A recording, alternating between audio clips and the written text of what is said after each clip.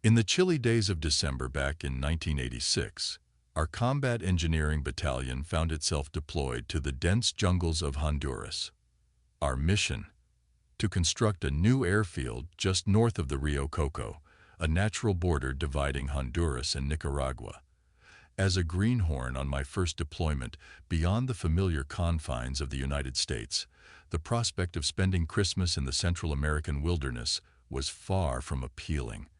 But in the Army, missing holidays and embracing risks comes with the territory.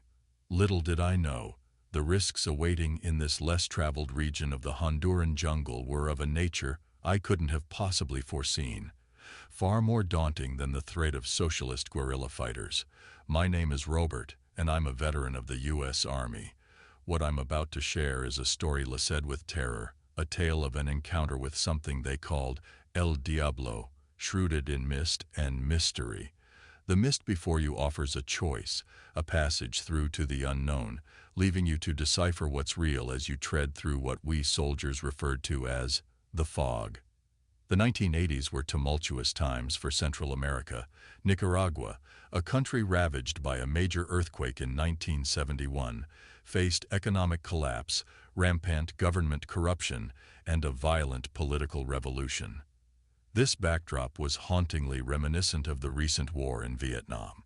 The conflict had two primary factions: the Sandinistas, socialist rebels who had overthrown their corrupt government at the close of the 70s, backed by the Soviet Union and Cuba, and the Contras, counter-revolutionaries seeking to dethrone the now equally corrupt Sandinista regime, covertly supported by the U.S. as part of its wider strategy to curb communism's spread in Central America. This was essentially another proxy war between the U.S. and the Soviet Union. Displaced from their homeland, the Contras sought refuge in Honduras north of Nicaragua. The U.S. also lent support to the Honduran military, fearing a full-scale incursion.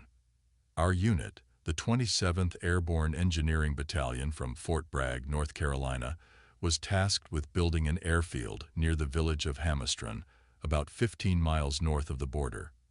This construction wasn't just a logistical move, it was a clear message to Nicaragua to respect the territorial lines. Although our unit was armed, we weren't officially at war with Nicaragua.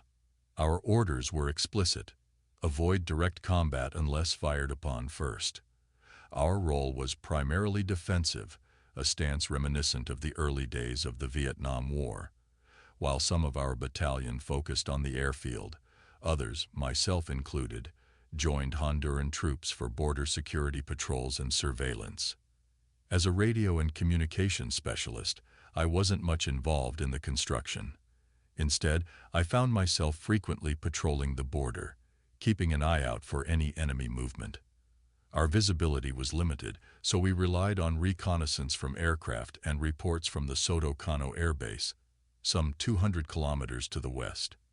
Real-time updates on enemy activities were rare, often reduced to vague sightings of suspicious vehicles or groups near the river. One morning, around 10:30, while out on patrol, we received a radio transmission about an unidentified vessel moving upstream. Our orders were to rendezvous at specific coordinates and then proceed on foot to the river, hoping to catch sight of this craft. We coordinated with other patrol vehicles, planning our approach to find concealed positions along the riverbank. The boat's movements were erratic, making it difficult to predict its path. Questions filled the radio channels. What was it? Were there people aboard? How many? The uncertainty added an eerie tension to our mission as we raced through the rugged terrain, past local villages and farms, to intercept this mysterious vessel. As we closed in on our insertion point, the tension in the air was palpable. We dismounted from the trucks, leaving 3 squad members behind to stand guard while 6 of us hastened down to the riverbank, a mere half-mile away. The terrain here was less jungle, more open grassland, allowing us to cover the distance swiftly, albeit through sparse tree cover. We soon encountered a cattle farm, navigating 2 stretches of barbed wire fencing before reaching an open field. Like many fields in the region, this one too was cleared for cattle grazing, with the river beckoning us from 100 yards across. Finding cover behind trees was challenging as the riverbank, cleared to provide cattle access to water, offered scant vegetation. We positioned ourselves 5 to 8 yards back in the tree line, meticulously out of sight from the approaching boat and anyone who might be on the Nicaraguan side of the river. "Come on, let's go. Take cover, Robert," I was instructed. "Yes, sir," I replied, my heart racing as we split up for better surveillance. The boat, last reported heading west towards us, hadn't passed yet. We waited in anticipation. "Should be here any minute," I thought, as whispers crackled over the radio. "Do you see it yet?" came the question. "Yes, something's there. A dark object," I reported. "Could it be a log or a crocodile?" The tension mounted with every passing second. "Hold your fire no matter what," the order came. We held our breaths, eyes fixated on the water. The sight that emerged was beyond comprehension. "Look at those teeth," someone gasped. The creature, enormous and terrifying, seemed to be sizing up its prey. We were motionless, in awe and fear. Just then, the creature, a snake of unimaginable proportions, lunged at a group of cattle near the river. The sheer force of its attack sent several sprawling. Its speed was astonishing, especially given its size. It darted towards another group, causing a frenzy. The snake then reared its head, towering at least 2 men high, and without a moment's hesitation slammed down on one of the cows. The sound of bones crushing under its massive weight was sickening. Wallace instinctively raised his rifle, but Sergeant Perez signaled him to lower it. Firing at a creature that size would have been futile, perhaps even provoking it. It seemed to have noticed us before returning to the water, but its interest was clearly on the cattle. With a swift motion, it scooped up the cow, its head dangling from one side of the snake's mouth, the legs from the other, and slithered back into the river, disappearing from our sight. In the aftermath, we stood in stunned silence, grappling with the reality of what we had just witnessed. A desire to flee, to leave this country and its nightmares behind, overwhelmed me. Yet a twisted curiosity among us sparked a debate over the creature's size. Estimates ranged wildly from 50 to 100 feet. To settle this, 3 of us paced the distance from the riverbank to where the snake's head had been, counting steps: 31, 33, 34. Our calculations suggested a length of approximately 75 to 80 feet. The only cattle remaining were the injured, their legs likely broken. The possibility of the snake returning for them hastened our decision to depart. As we headed back to the trucks, a radio call inquired about the boat. Before responding, I consulted Sergeant Perez, who advised reporting our findings once we reached our vehicles. However, upon relaying our experience to Sotocano, we were abruptly instructed to maintain radio silence and return to base for debriefing. A sense of foreboding accompanied us on the long drive back. It was evident that our summons was directly linked to the extraordinary event we had just encountered, an event that seemed to transcend the bounds of normalcy and ventured into the realm of the unfathomable. Upon our return to base, the atmosphere was thick with apprehension. We were greeted by a large contingent of uniformed personnel, including a few officers, with a major being the highest in rank. Alongside them were 2 men in Honduran Army uniforms and an apparent Honduran civilian. Their stern expressions did little to ease our growing unease. The men maintained a strict composure, their faces betraying no emotion, as if preparing for a scolding that was all too familiar in military life. We exchanged worried looks, bracing ourselves for what was to come. One by one, our names were called, and we were led away. When my turn came, I was ushered into a car flanked by a lieutenant and 2 enlisted men. The drive, albeit short, felt ominously long, ending at a nondescript building in the rear area of the base, the furthest from the main runway. Inside, I was led down a hallway to a plain meeting room at the end, right side. Its starkness was notable. 1 door, no windows, a single bulb hanging from the ceiling. The setting was fitting for what seemed to be an impending interrogation. A table with chairs was positioned in the center, and at the far end sat another major, his demeanor as grim as the first. I was directed to sit opposite him, flanked by the other men.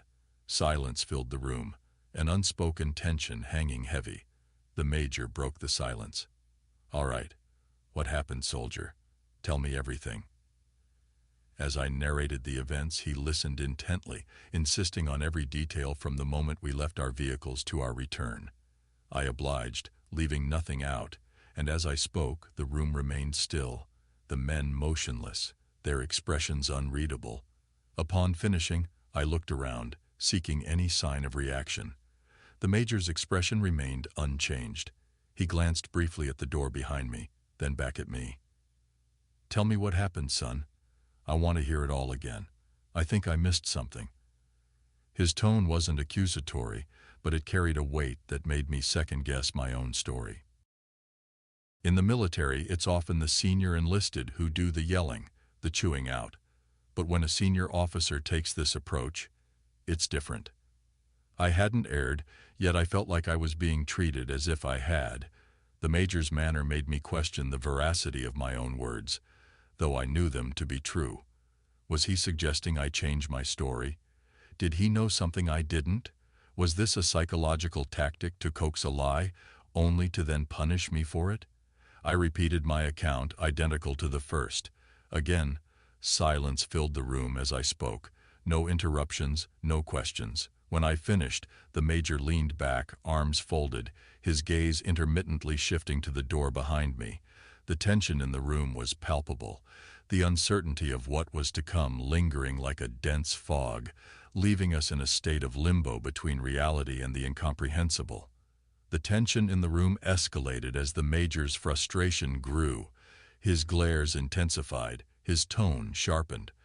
"Tell me what happened. I want to hear it all again," he demanded, his patience wearing thin. The pressure was mounting, and I was caught between fear and the need to stand by my truth. I wished we had never mentioned the snake, yet here I was, unable to change my story without contradicting the others and potentially putting our men at risk.